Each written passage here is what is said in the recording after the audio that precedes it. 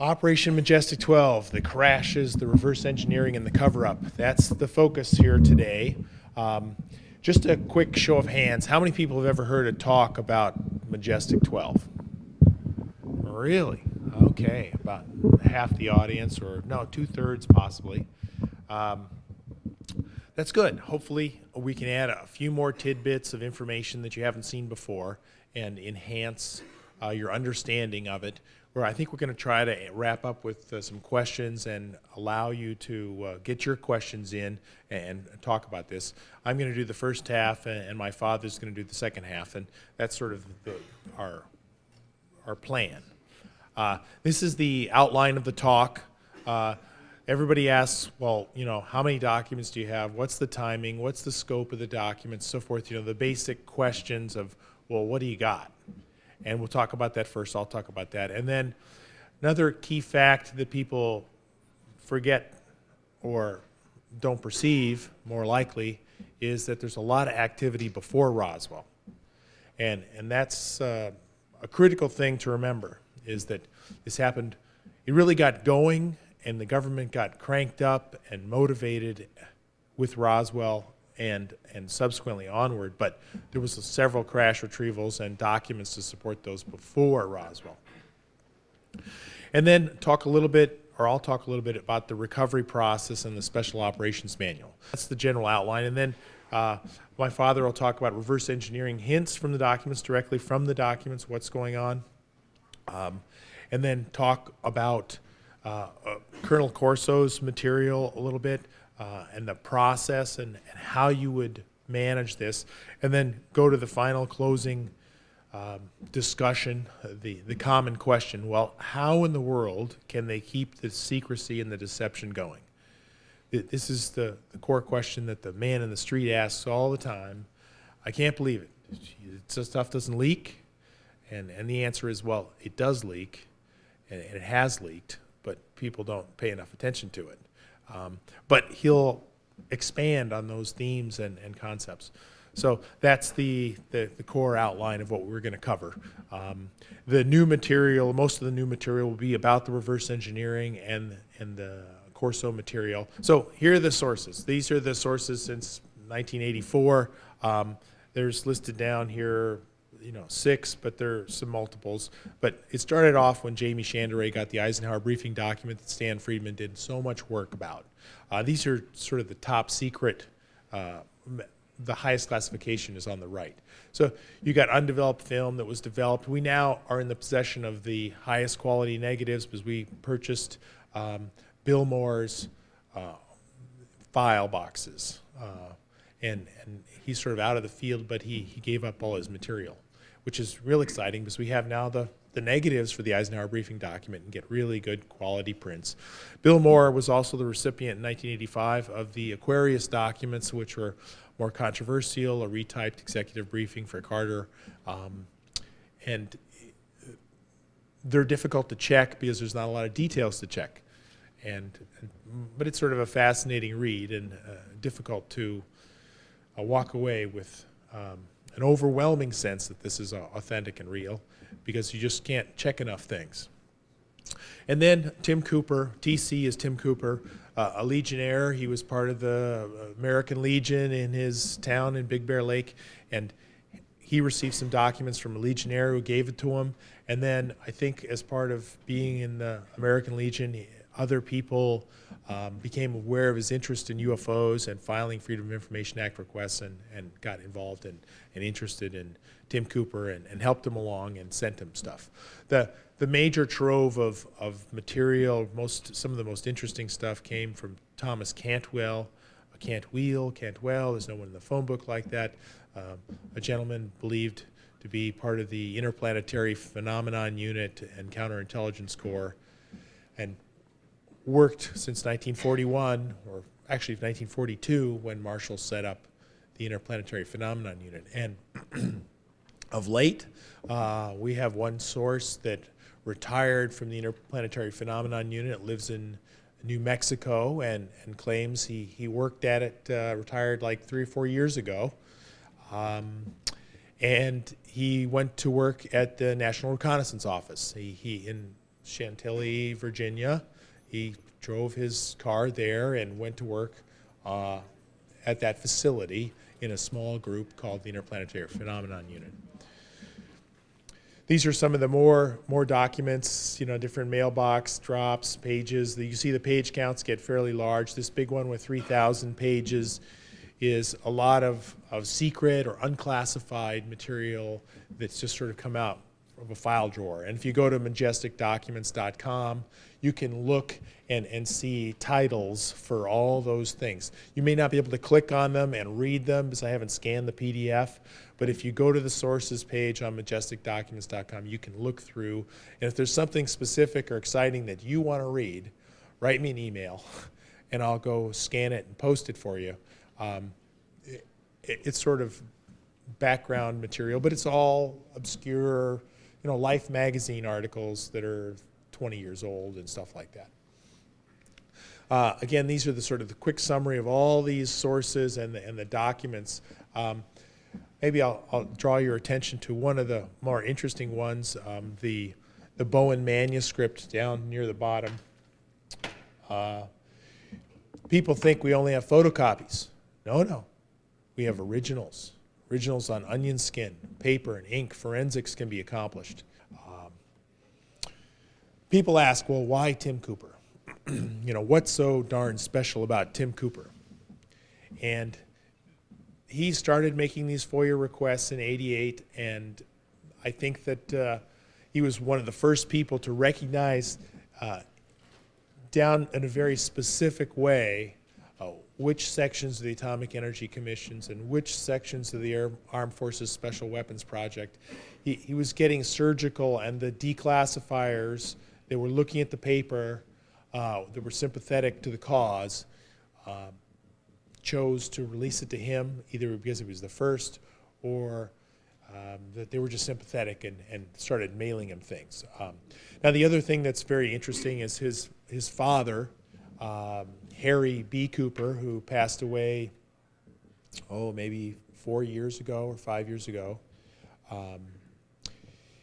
He was involved in the United States UFO program, or UFO program, and there's a picture of his accommodation, which we'll show a little later. This is how many of them arrived. They're just mailed, postmarks. This one happens to be in McLean, Virginia. And Tim would sign the front of them and so forth. Sometimes they were stuffed in the mail. Sometimes they were in his mailbox. Sometimes Thomas Cantwell hand-delivered them to him. This happens to be an example of the mailing process. And this is highly annoying that it keeps drifting down. I think that's better. It's a little more in my face, but hey, I'm sort of hoarse after the weekend. Hey, anybody else hoarse? No. It's just, so much communication going on. But this is an example of the mailbox, or the envelope, or the small green box that was mailed from La Crosse, Wisconsin to Don Berliner, that it contained the undeveloped roles of the Special Operations Manual. And that's significant in that we try to investigate the provenance too of where the Special Operations Manual came from, and we further track down the Quillen pharmacy, track down the pharmacist, and ultimately one of our researchers held the original in his hands. He was not allowed to take a copy of the page to have it forensically analyzed, but he held it in his hands, flipped through it, looked like it was old and real. And so that's the best we can do now, right now, without an FBI agent. If you have an FBI agent, you could say, hey, where did you get it? You're violating the law, it's classified, etc. But then somebody has to declare that they lost it, which is part of the problem. The FBI agent can get the manual, and then walk around and ask various agencies, did you lose this out of your vault? We're charged with protecting secrets, and nobody will admit that they lost it out of the vault, because then they'd have to admit they're in charge of the program. So at least that's my speculation. So it's a very complicated situation. Well, so we looked at the authenticity of lots of these different documents, and that's what we sort of specialize in. And it's the usual stuff: paper and ink, try to figure out where it is, look at the more subtle things of content and chronology and so forth. And that's where we're headed, or that's where we go and focus on. I'm always in search of anachronisms. Skeptics generate anachronisms, and that's why skeptics are good. Skeptics say, it's all fake because, hopefully, some of them just say it's all fake. That's problematic. They just sort of pontificate, but if they say because, then there's something to go work on. Stan says, there's a problem here. These signatures are the same on a couple pages of these 4,000 pages. That's great, Stan, fine. Well, we got to go figure out how to test that hypothesis in the archives and find proof. So that's what we focus on and do. So let me go to the 4 recoveries before Roswell. There originally was this War of the Worlds in 1938, which created a perception in the public's mind that we would panic. And in fact, not many people panicked, and only one person died of a heart attack, and one person ran a red light at the War of the Worlds airing, but the perception was that there'd be a lot of panic. And that's one of the reasons why they kept it secret. But the first crash that we have evidence on happened in 1941, and that's really where the Cape Girardeau event started. And that's we'll talk a little bit about that. There was 2 more in the documents. It never seems to stay. It just sinks. Hopefully, it's not like the stock market. But falling. A couple in the LA air raid, people don't understand that. One in the ocean, one in the San Bernardino Mountains, one in the spring of 47, not quite clear where, and then 2 or 3, possibly, depending upon your interpretation of the documents, that happened in the Roswell time frame. And then there's been oodles of crashes since. And you heard Paula Harris talk about Corso's comments about crashes, and then there's other crashes. So, and I'm working on a book on crashes, nothing but crashes. There's be like 65 or 75 crashes, and their authenticity and references, and try to do a good job of discussing the sort of encyclopedia of UFO crashes. That's never been done before, and it needs to be done.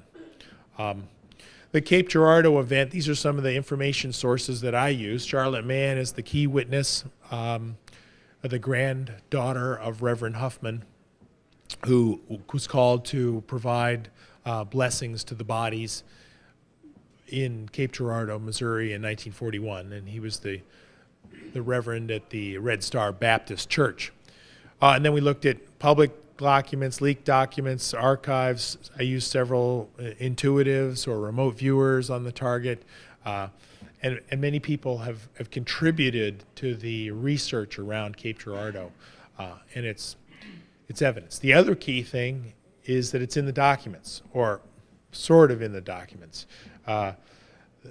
This conclusion was reached as a result of comparison with the artifacts blank from the discovery in 1941. And we think that that's from the Missouri event. Yeah, the other thing I might mention is that you notice the alphabet soup here of names. Air Material Command, Armed Forces Special Weapons, Nuclear Energy for the Propulsion of Aircraft, Atomic Energy Commission, Office of Naval Research, Joint Research and Development Board, RAND. I mean, all these people were studying the exhibits recovered from Roswell. So to find the evidence, you need to go to all those different archival locations and try to get to those documents. And that's the challenge with dealing with some of this, is that it's spread out all over the place. Sort of a quick story of the event. I sort of gave you the evidence. He was called to the site, blesses the bodies. They were all dead. Saw some hieroglyphics inside the craft and so forth, and then sworn to secrecy, and it all carted away. It was probably one of the early test cases and models for how the Roswell thing was handled, and that the people, they used this as an early training exercise probably. So the other document that really talks about this is the Project White Hot report, which is in the Majestic Document series. And it says, even the recovery case of 1941 did not create a unified, intelligent effort to exploit possible technological gains, with the exception of the Manhattan Project. So we know that it went in part to the Manhattan Project, and they lamented the fact that they couldn't take advantage of it. And that's probably because they didn't have enough money, enough presidential involvement, enough black budget, although I'm not sure they had black budget back then. They probably had real budget. Well, it's all real money. But anyway, that's the sort of situation. This is an example of the exact text as you see it show up. And then there's this other chart is sort of out of place from the other text that I read to you. It says artifacts from the Missouri discovery of 1941. That language fits nicely into that area. It's not conclusive, but suggestive. So why believe this crash? We got a good deathbed confession of Flo Huffman to the granddaughter Charlotte Mann. We've got multiple second-hand witnesses. I now have 4 witnesses that are second-hand. I heard a story like that in Cape Girardeau, Missouri. We've got some credible military documents, and there's no evidence to really dismiss the case. So I'm confident that this is one of those crash retrievals that's pretty good, and that it's not as good as Roswell, where you have many more witnesses and documents, but it's getting up there as far as quality goes. The other pre-Roswell event is we have all this Los Angeles air raid where shots were fired. Many people have seen this before. And then we have a leaked document where Marshall sets up the Interplanetary Phenomenon Unit, the IPU, and says, I've issued orders to the Army G2 that a special intelligence unit be created to further investigate this phenomenon. And that's the Interplanetary Phenomenon Unit, part of the Counterintelligence Corps, and is in the technical and scientific branch of the Counterintelligence Corps. And this is an example of the document right here, which you sort of see the smudged crease of the carbon on the left. And it mentions one salvaged by the Navy. All the inter-service rivalries are going on. The Navy wants a piece, the Army wants a piece. They all want to do their own thing because they know it's so incredibly important. And I guess also of note, it mentions aerial phenomena since 1987. Many people should recognize that as the 1897. That's a mistake, right? That's the Aurora crash in Aurora, Texas. And this is what the text looks like. This is a file number. It says Office of Chief of Staff, OCS. There's 2 numbers there. The one on the bottom refers to a secret memo that's found in the National Archives that shows the LA air raid discussion, and the other refers to a top secret memo that further talks about the interplanetary phenomenon, which is we don't have. Or it's really this memo's number. Not clear whether that's referring to other numbers or that's the number for this memo.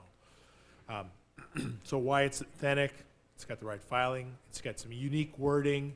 You look at language for authenticity, and this sounds like Marshall in his writing. Mystery airplanes are not, in fact, earthly. All probability they're of interplanetary origin. So it's the correct sort of language of the time. You don't see him talking about UFOs or flying saucers. All those things came later. So these are the leaked documents that support the crashes. We didn't really talk about the Einstein-Oppenheimer one, which is sort of in the middle, but it's it's in the Majestic Documents book, and it's a very interesting read in that it answers a series of tough questions like, well, what happens when they come here and try to colonize? Or they're sort of deep Einsteinian questions, if you can pardon the term. And it's worth a read to either from the website or by getting the document set. And then the FDR Non-Terrestrial Science and Technology Committee memo, which is also a very interesting report. And there's others. So there's lots of other documents to support these 4 crashes. This is the Non-Terrestrial Science and Technology, stamped double top secret. And it says, you got to win the war first. I can't give you any money yet. I got other missions or other problems to solve. And it's sort of what you expect. And then it's authentic because it has this rare double top secret stamp, but it's a photocopy. You got pluses and minuses on every document, and so you have to look at the situation document by document, paragraph by paragraph or page by page, and try to determine whether or not you're seeing the truth or deception. But you can also step back and say, there's no deception here at all, because it would simply attract a massive amount of foreign espionage to penetrate the Manhattan Project and to penetrate our alien secrets back then as well as today. I mean, if I'm the KGB commander, I want to have 4 or 5 human int people inside Area 51 spying on our technology. That would be my mission. And the Chinese too, and on and on. So it's just logical that they do that. This is the Einstein letter. It's the first one to mention extraterrestrial biological entities. And it's authentic for a variety of reasons. One of the ones that we're starting to dig into and spend more time with is the idea of forensic linguistics. And forensic linguistics is where you look at the language of the person. You look at the forensic linguistics and the language, the clausing, the noun usage, the various fingerprinting of a person's writing, so you can end up proving that it's really Einstein writing rather than Oppenheimer or Tim Cooper or President Bush. And provided you can get the originals and stay right on point, you can get a clear handle on who wrote this. And this is a very emerging field. There's only one journal, peer-reviewed journal in the entire world. It's not published in the U.S. And there's only a couple of experts in the world, and one of them works at the FBI and the other works at the Department of Justice, and then there's some foreign ones.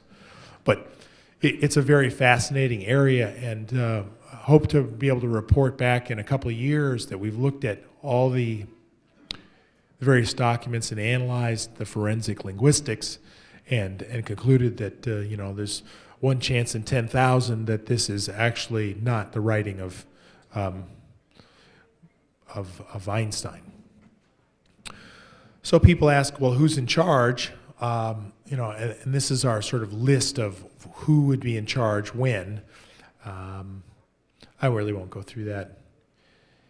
Scientific progress is the essential strategy, and this is Bush, and this is the essential strategy today. It's key to the security of our nation. We got to be able to protect our skies from the enemies.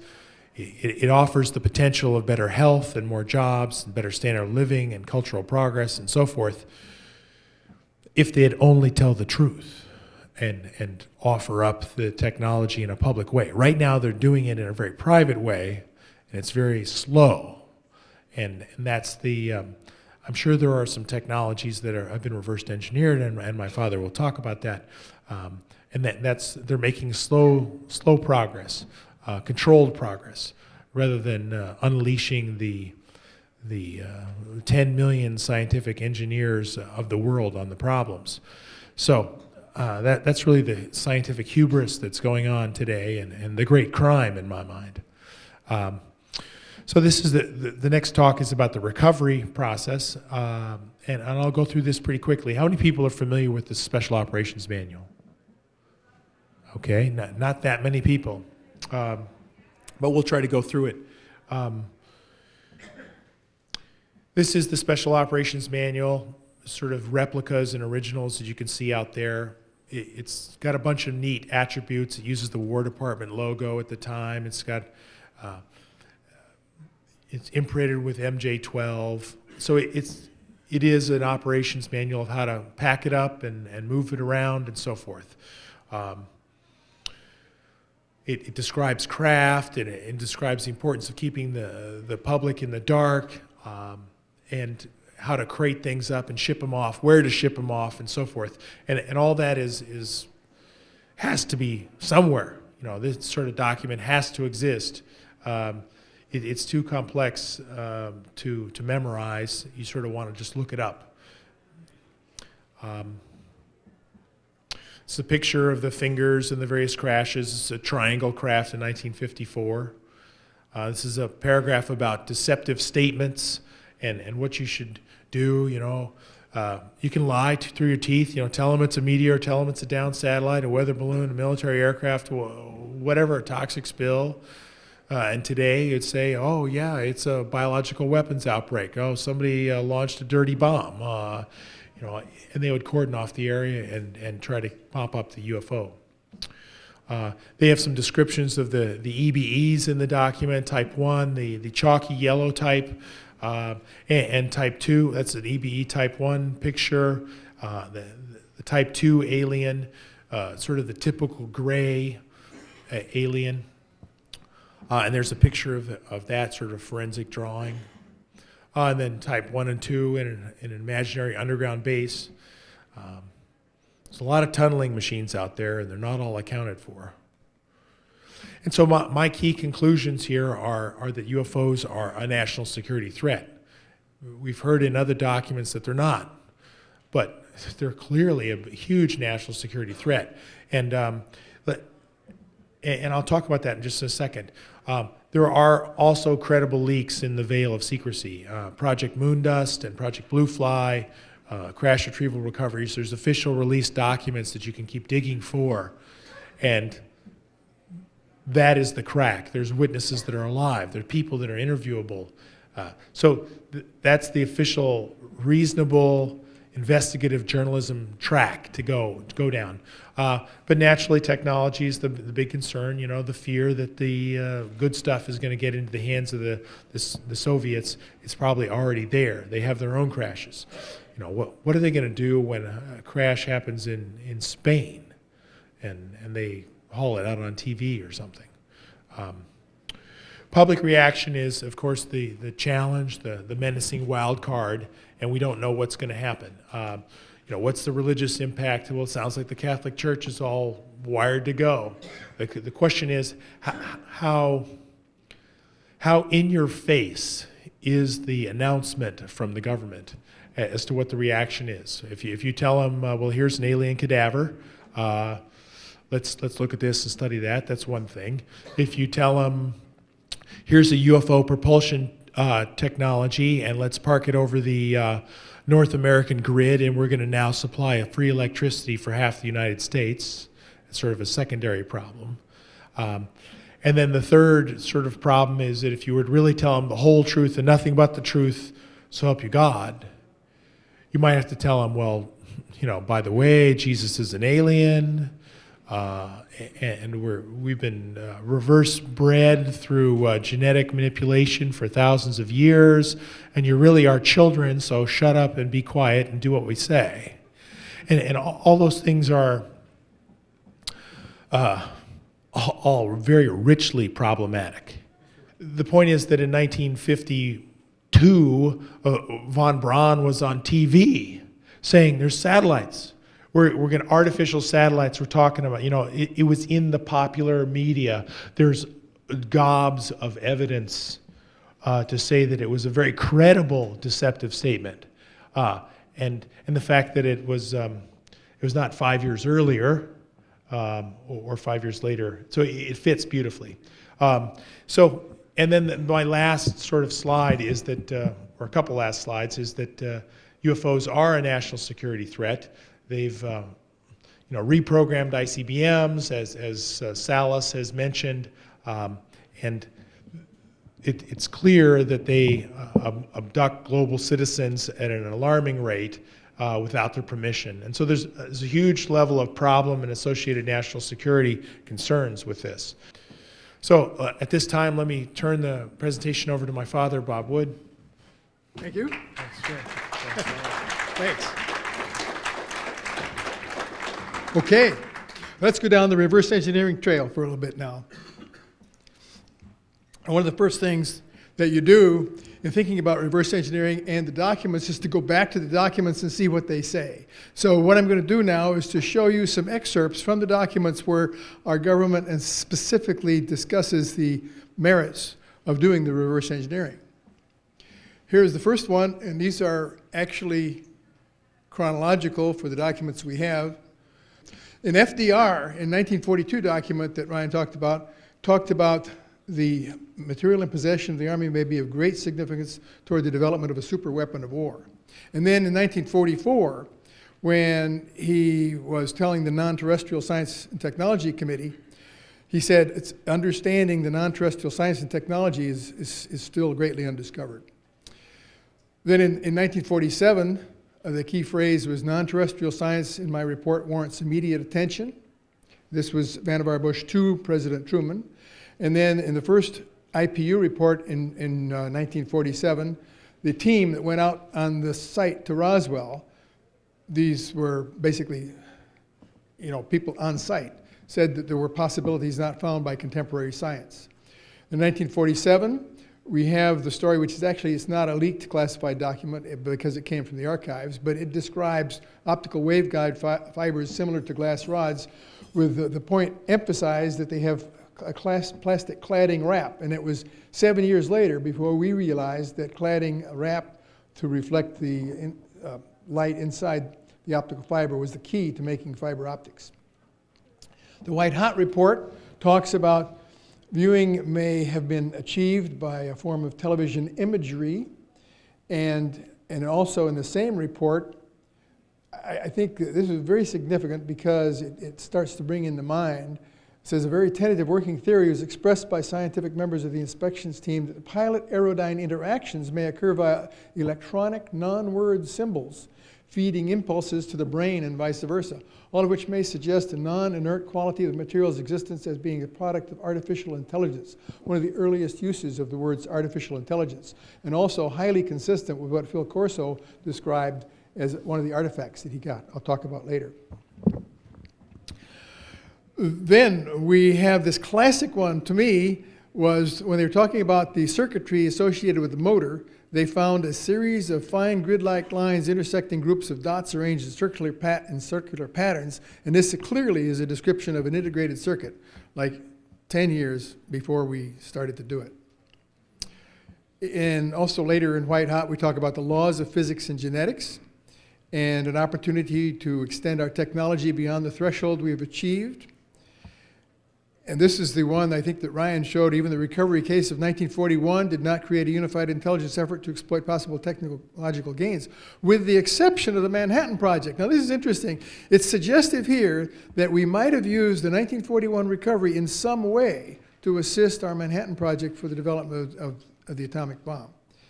We now have an opportunity to extend our technology beyond the threshold that we've achieved. And then the rest of this particular paragraph is blacked out, which suggests to me that relationship to the Manhattan Project may have been very important to conceal.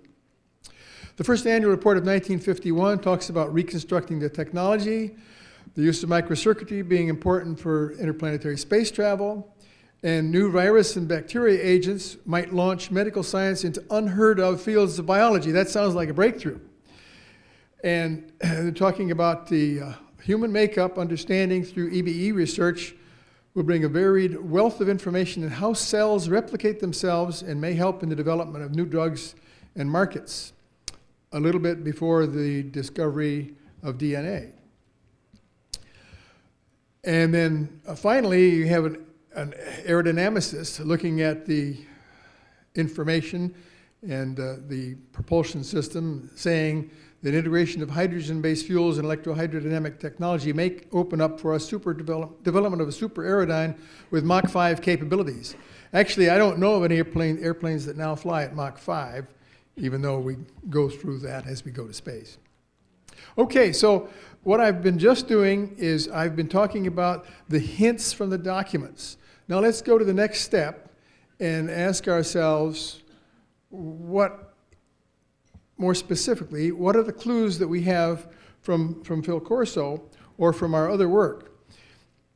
Now, in 1945, we had underway the flying wing. Now, you remember that the war ended in roughly August or November, somewhere in there, 1945. So clearly, we had a group of people in charge of our military who were depending strongly on technology to win the war. And here's an example of the flying wing. Now, this is probably not dependent upon any extraterrestrial technology, but we had a mindset that was conscious of the importance of science and technology in our strength militarily. And that was reflected by the next 4 memos, which are not leaked, but they're from the archives. The Advanced Study Group in 1947. And incidentally, I might point out that the file contents are missing from the National Archives for this Advanced Study Group. The Research and Development Board in 1949, which was critical. And the Wilbur B. Smith memo, which I think you've seen before with other speakers, emphasizing the importance of the recovered technology. And then finally, the Flying Saucer Analytical Report, which I think I've already quoted, talking about the development of optical waveguide fibers. So now let's turn to Phil Corso. He began, as you know, as an ordinary soldier, and they gave him a test, and he passed the test with 100% in half the time that everybody else took. So this guy was smart, and they sent him into intelligence, and he went to Rome, and apparently he was very effective in counterintelligence in Rome, and he kept getting promoted. So pretty soon he got promoted to the point where he was in charge of the Foreign Technology Division. In the Foreign Technology Division, he had the responsibility to keep track of 4 things. First, foreign developments of the world.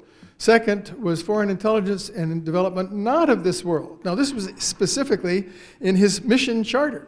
And the reason I say that is because I think Paula Harris this morning held up a copy of the book that had been written in Italian, Dawn of a New Age.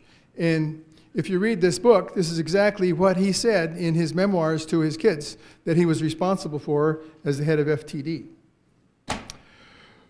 He also did other things that were more routine, interim project officer on selected R&D projects such as BMD and that sort of thing, and then worry about guerrilla warfare. So here was a guy who was in the right place at the right time to be responsible for reverse engineering of UFO technology. And in fact, if you look at what's in the book The Day After Roswell, which was published William Burns, and is based on the book I just held up, Dawn of a New Age, you'll find that it says he was responsible for the development or seeing artifacts, glass-like wires, microelectronic circuitry, eyepieces as thick as skin, silvery gray swatch of cloth, which was presumably the beginning of Kevlar, a stubby flashlight with a red dot on the wall, and headband. So those were in that book. Now, the ones that are in blue are the ones that were also in the Dawn of a New Age book that was his own memoirs, where he said he personally handled them. There's a video clip that shows an interview with him where he stated that actually he did handle the stubby flashlight that caused the red dot on the wall, which could have been either a laser or a communication device for psychic communication, or maybe both. Now, the quote for fiber optics from the Dawn of a New Age is the ends of the wires, about 12, which appeared to be frayed, were intermittently emitting bright colors. Upon examination, it was found that they were not wires, but appeared to be glass or transparent tubes. They could not be broken or cut and thought to be a quartz-type composition. So this is clear that Phil Corso is handling this piece himself. Now, from the book, The Dawn of a New Age, he identified these 11 different devices that he believed were reproduced as a result of our reverse engineering. And each one of these needs to be examined from the point of view of the public record to determine what is the probability that they came to pass that way. I think there's excellent arguments that, in my mind, that lasers were helped that way, the super tenacity fibers. One of these that I especially want to mention is his particular preoccupation with the molecular alignment. And according to what Phil said, that if the molecules or atoms were aligned in a particular way, then the material was opaque. If they were aligned in a different way, the material was transparent. So these were suggestions from Phil where he said he believed that these were reverse engineered. But he didn't claim that he was personally involved in all of them. So it remains for some researcher to go into this and do the process of checking it. Now, Phil was a military man, and he had made a list of the 11 things that aliens or EBEs do that are not helpful. He did not have a list of things that they have done that are helpful. And so that was his frame of mind, was to learn what we could and not expect anything from them. Now, if you want to decide how are you going to go about the steps in reverse engineering, what you have to do is to remember that all along, ever since World War II, and maybe even during World War II, if an enemy fighter pilot flies a plane in like a MiG to this country, what we do is we send it to the Foreign Technology Division, we take it apart, and we send out the parts on a classified basis to the appropriate person, like IBM for a computer, for example, and ask them, what is it, how does it work, and that sort of thing. So that process is already in place, and it's easy to imagine that that process already in place could be used for handling classified parts. So what you do then is you get the part, if you're on the recovery team, and you get the part and you classify it according to the instructions in the Special Operations Manual that Ryan described. And you ship it to the right location, Area 51, perhaps, if it's propulsion.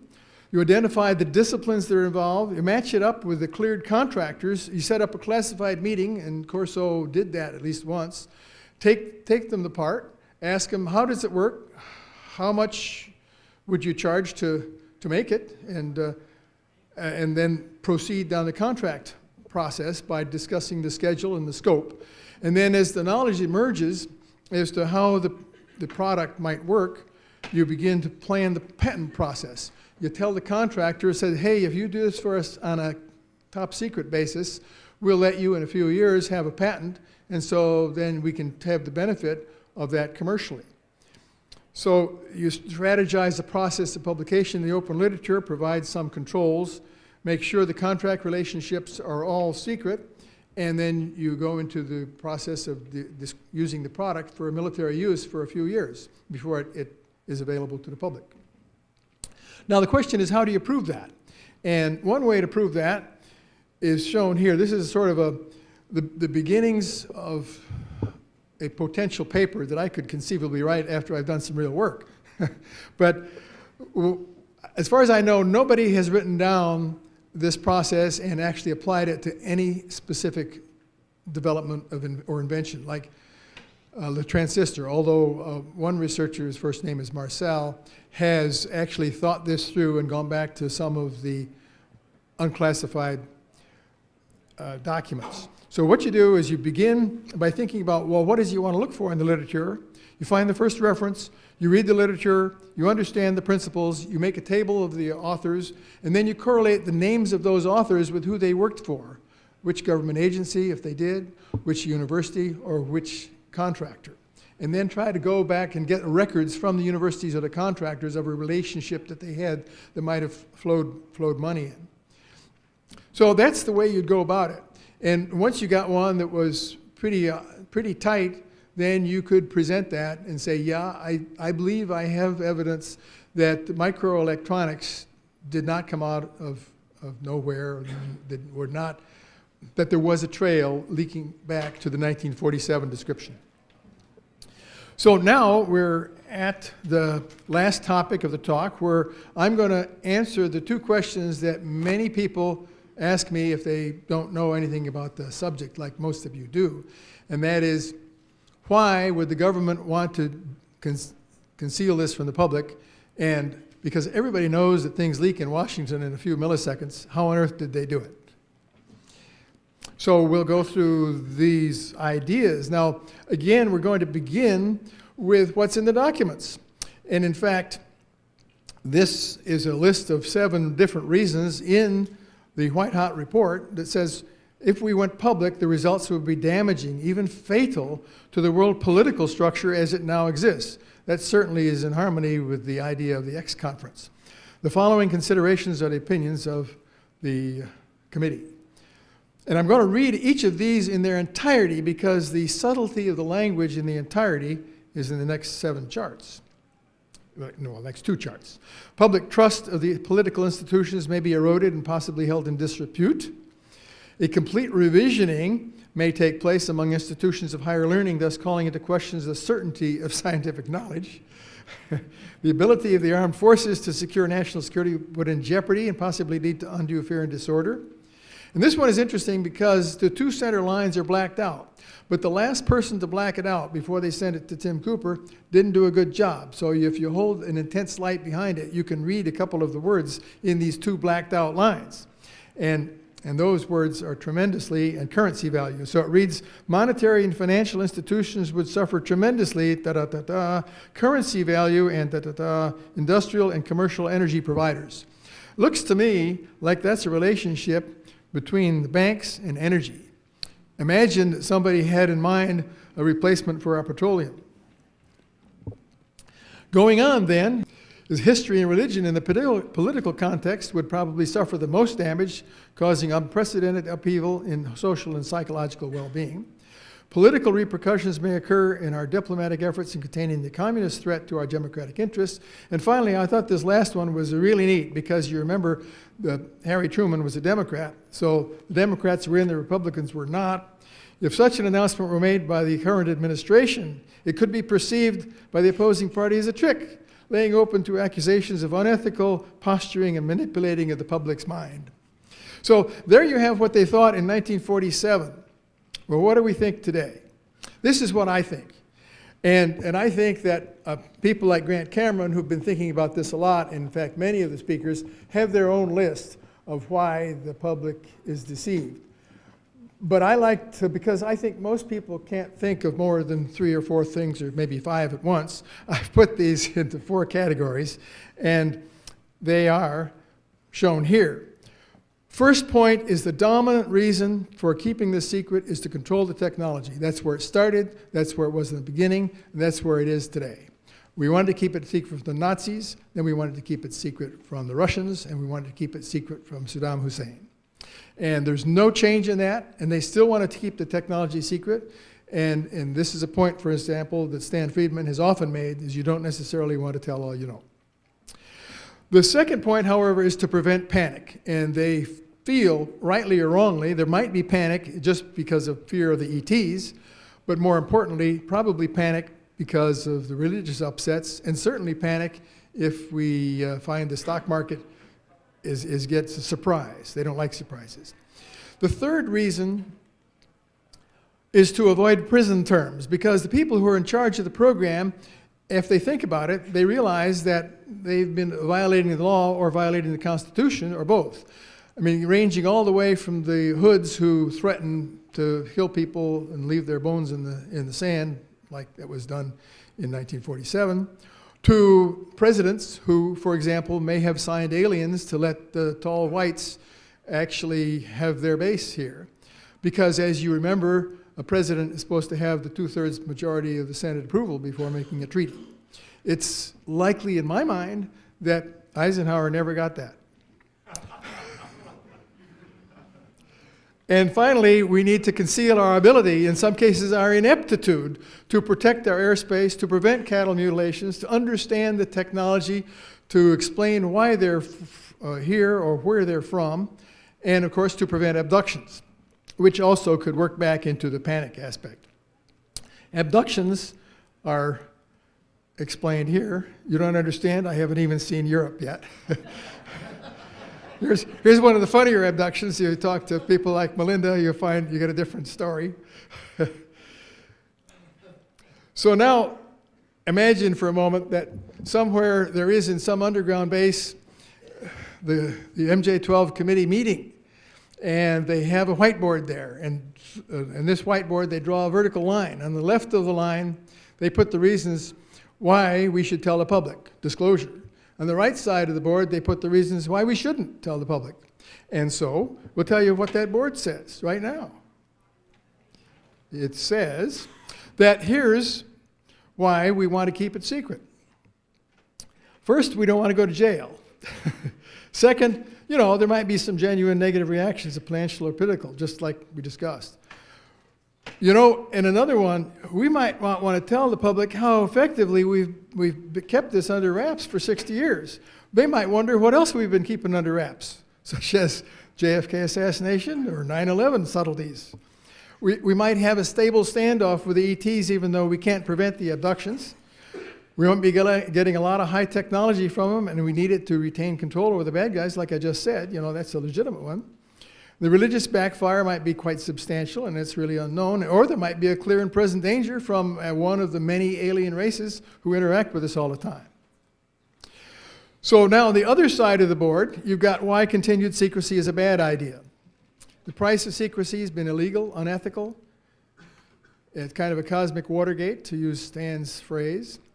The secret programs are out of our democratic processes. We're paying for them in taxes. The courts haven't had an opportunity to review them, except maybe in secret, and that really troubles me. With more minds on a problem, we're likely to find more solutions. I think this is the point that Ryan has made very strongly and very effectively. And we won't have any panic. We're already adjusted to EDs. And furthermore, it's not a secret anyway to those who've been abducted, who've seen UFOs at close range and who are on the project. And that may turn out to be 10% of the people. And so the question is, when do we all start to laugh at the emperor's new clothes? Well, so you have these two sides of the whiteboard in some underground facility. And the next question, however, I don't know which way they're going to vote, but so far today they voted to keep it secret. But how did they keep it secret? And the answer is lots of ways. And here's 4 ways they kept it secret, 4 classes of ways. First, the black project security. They just used the existing black projects, when you begin a black project by signing a piece of paper, which you never get to keep, that says, yeah, I understand if I talk about it for $5,000 or 5 years, that's a problem. However, most of us are loyal, and we don't ever blurb to anybody, and so we have national pride. Everything we do is compartmentalized, and so we really only know part of the story, and each of the compartment has a cover story anyway. If you really start to talk about it, then you get threats of loss of pension, threats of harm, and of course, ultimately, you get assassinated, if you're important enough. The second class is we have a gullibility. Basically, the most gullible ones leading the pack are the scientists who say, well, I'm not going to believe this until I see a piece. And so they have no clue that we have a security system in this country which is really good. That is, military intelligence is not an oxymoron. They're very, very good, and they've got all these parts properly classified. The media think they're rarely fooled, and yet they're fooled every day. They're being fooled today. Military are following the orders, and in a way, that's good. Military are trained to follow orders, and the public believe the media. So there's a second class, it's the gullibility. The third class is the operations that they use to actually do the recoveries, and as Ryan has said, we're talking crash retrievals, and Leonard Stringfield had 80 different cases, and I think it's probably, we've had 50 or so.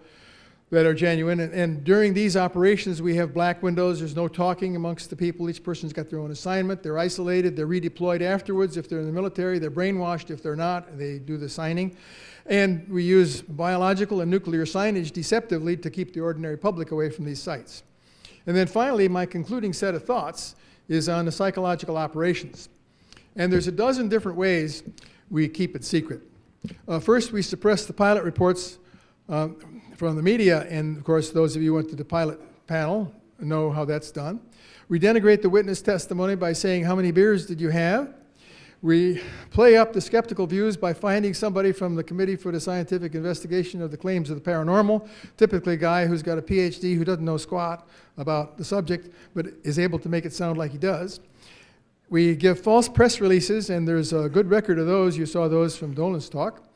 We use slanted words, such as if those of you who saw the Peter Jennings UFO show would have counted the number of times that he used the word myth, belief, cult, and claim, thereby putting a spin on the story even before you hear it. We use checkout counter magazines for the occasional true report. And many people don't know that the National Enquirer was actually owned and controlled by the CIA for a while. And you know, the National Enquirer's reputation for authenticity and accuracy is not very high. So if you plant a UFO report in there occasionally, why you'll leave the public with the impression that UFO reports are just like who was sleeping with who in Hollywood.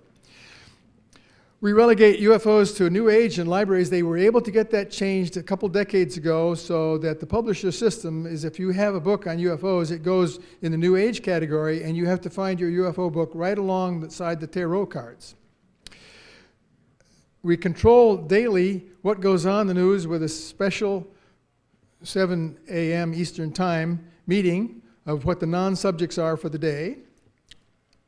And every so often in officer training, they expose the officers in training to genuine video of a crash retrieval with parts and the bodies and so forth. And then they monitor each one of the individuals to see who they call up and who they tell over the years.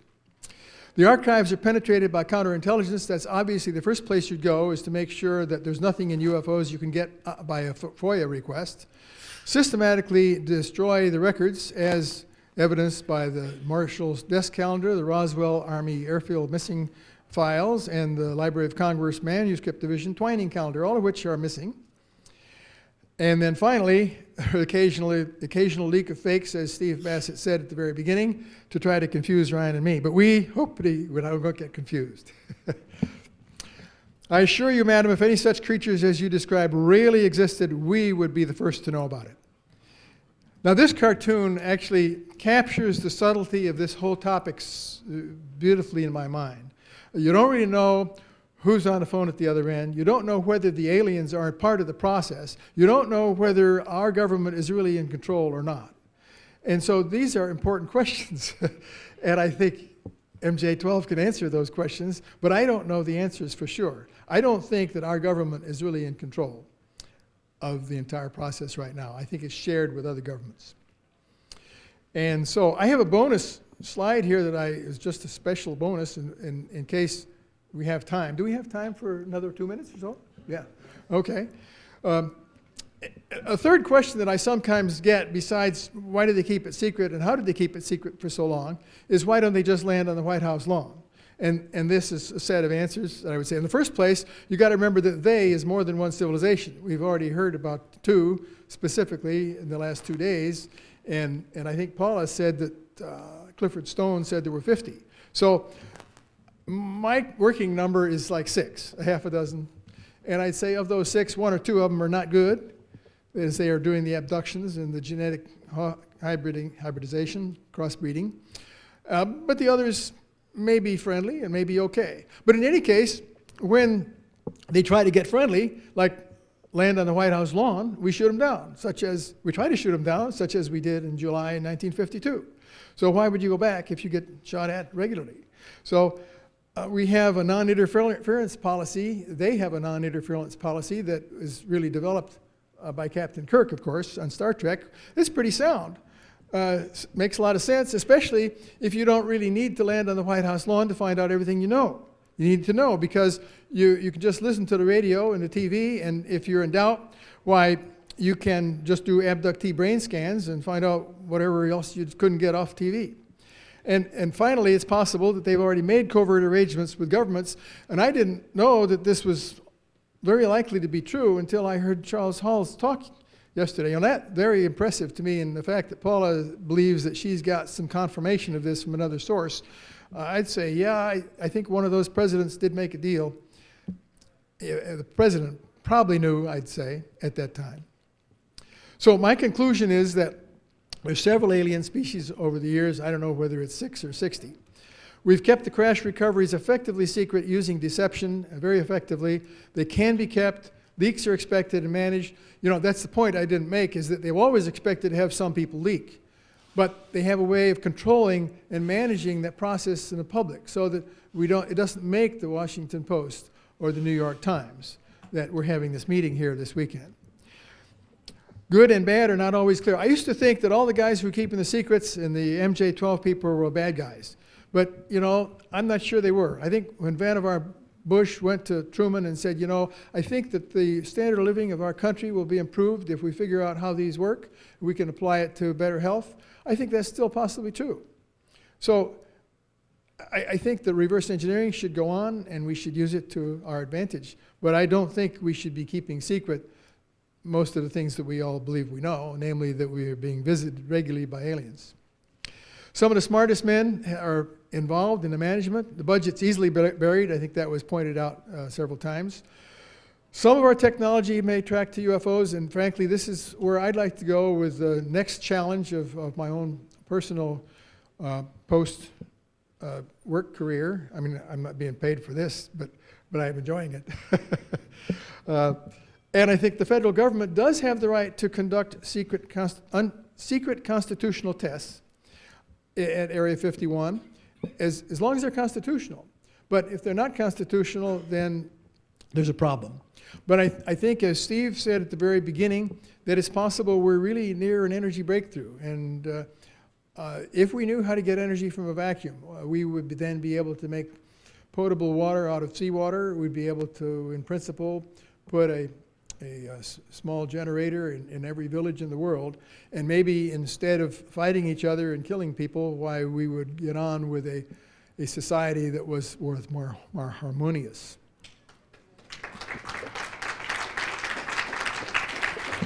Thank you for that thought.